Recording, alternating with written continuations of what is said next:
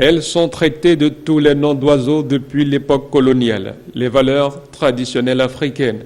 Ceci n'est pas du goût des acteurs culturels du continent. Ainsi, après plusieurs années de recherche dans le domaine du vaudou, certains ont décidé de poser une base scientifique afin de sortir ceux qui ternissent à travers leurs propos blasphématoires l'image de marque des religions traditionnelles africaines de leur ignorance. D'où la création de l'Institut Vodou Miétonou, le premier du genre au Bénin. À l'élan de ces recherches, nous nous sommes posés 3 questions. La première, cette valeur que nous avons, pourquoi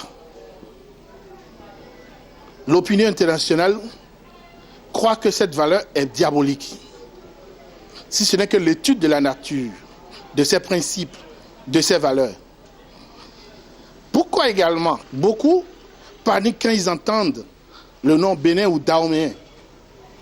Et pourquoi, même à l'intérieur, nos gouvernants ne peuvent pas lire de cela une grandeur d'exploit culturel, touristique pour cette nation?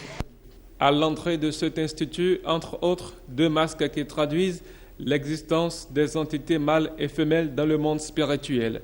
La représentation de la divinité Legba, gardien du temple dans le Dahomey, semblable au Sphinx, monstre mythique de l'Égypte pharaonique à corps de lion et à tête humaine, sculpté aux abords des sanctuaires funéraires, et des signes du Fa qui portent en eux des énergies dont le décryptage est réservé aux initiés.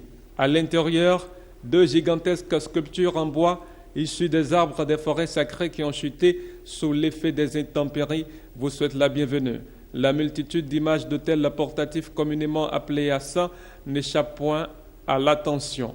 L'Institut Vodou Miétonou entend aussi valoriser le jazz et le blues, 2 rythmes musicaux qui tirent leur essence du vaudou.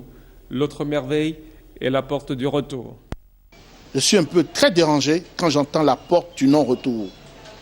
Des gens se sont arrachés à leur famille. Des gens se sont arrachés à leur terre natale. Ils se sont retrouvés dans d'autres pays, de faire l'effort de faire grandir ces pays. Dieu est justice. Il viendra un temps, il aidera nos frères déportés à rentrer sur la terre-mère. La cérémonie d'inauguration de cet institut, le 10 janvier 2017, à Tendji, dans la commune de Zakota, a réuni blancs et noirs. Au menu de cette spéciale fête du vaudou, de la musique moderne et traditionnelle, du jazz, du blues, le hacha, le louange des rois, la danse des Kouvito, les masques qui incarnent l'esprit des ancêtres, bref, toutes les générations ont été servies. Et j'ai cru comprendre à travers l'Institut que quand on entend vaudou, ce n'est pas uniquement une manifestation profane, mais c'est de la culture.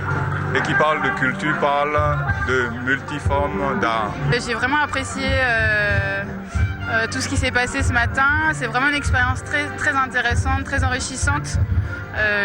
C'est vraiment super qu'il y ait des acteurs béninois qui promeuvent la culture et le patrimoine du Bénin à travers ce genre d'événements.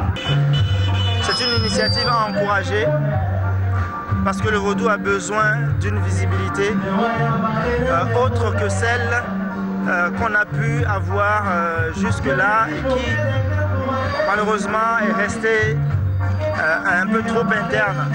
L'Institut Vodou Miétonou, c'est un centre de recherche ouvert à toute personne en quête de connaissances sur la spiritualité africaine. Il œuvre également pour un sursaut collectif autour des valeurs ancestrales et d'autres pays brûlent déjà d'impatience de l'accueillir.